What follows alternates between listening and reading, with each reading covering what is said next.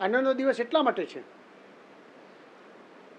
કે સિદ્ધપુરમાં વર્ષોથી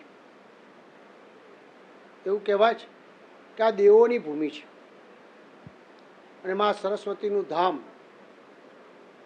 આ પવિત્ર જગા અને માતૃજ્ઞા હંમેશા સિદ્ધપુરમાં થતી હોય છે. આખા વિશ્વના લોકો એ માતૃજ્ઞા કરવા સિદ્ધપુર આવતા હોય છે. કેટલાય વર્ષોથી પાણી માટે તકલીફ હતી અને નદીમાં જેવું જોવે એવું પાણી આવી શકતું નહોતું. એના કારણે આદરણીય પ્રધાનમંત્રી નરેન્દ્રભાઈ મોદી સાહેબે 2005માં 120 કરોડ રૂપિયાના ખર્ચીને પાણી લાવવા માટેનો સખત સરસ્વતી નદીમાં પ્રયત્ન થયો.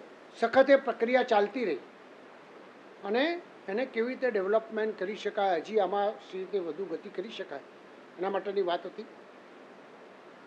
આદરણીય મુખ્યમંત્રી અમારા ભૂપેન્દ્રભાઈ પટેલ સાહેબે નક્કી કર્યું હતું કે ઉત્તર ગુજરાતની અંદર જે પાણીની સમસ્યા છે એ પાણીની સમસ્યાને આપણે કેવી રીતે દૂર કરી શકાય, એના માટે ઉત્તર ગુજરાતના બધા તળાવો ભરી શકાય, પાઇપલાઇનથી બધી વ્યવસ્થા કરી હતી અને એની સાથે સાથે સરસ્વતી નદીમાં પણ પાણી આવે એ પ્રકારની વ્યવસ્થા થઈ હતી.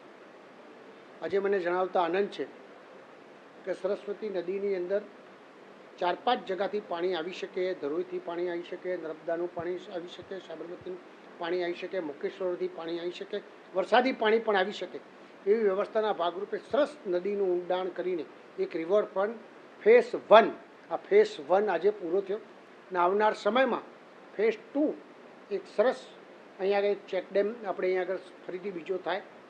સરસ્વતી નદી 365 દિવસ ભરી રહે અને આપણું બિંદુ સરોવર જે છે એ બિંદુ સરોવરના પાણીના તર ઓટોમેટિક અમારા ઊંચા આવે. તો માતૃજ્ઞા કરાવવા માટે જે લોકો આવે છે એને જે વર્ષો પહેલાં જે મા સરસ્વતીના દર્શન અને જે ભાવના હતી એ ભાવના પૂર્ણ થશે એ પ્રકારની વ્યવસ્થા આજે થઈ છે.